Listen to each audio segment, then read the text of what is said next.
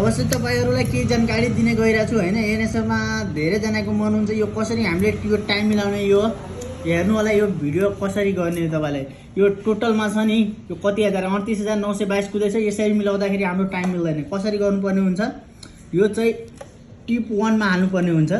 Tip 1 मा हालेपछि अनि दुईटै यो एकैचोटी गर्नुपर्ने हुन्छ, प्रेस गरेर राख्नुपर्ने हुन्छ। यहाँ आइसकेछ हैन।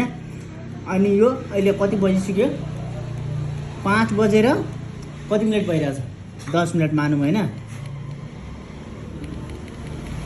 10 मिनेट भइरहेछ। यसलाई 10 खिची राख्नुपर्ने हुन्छ।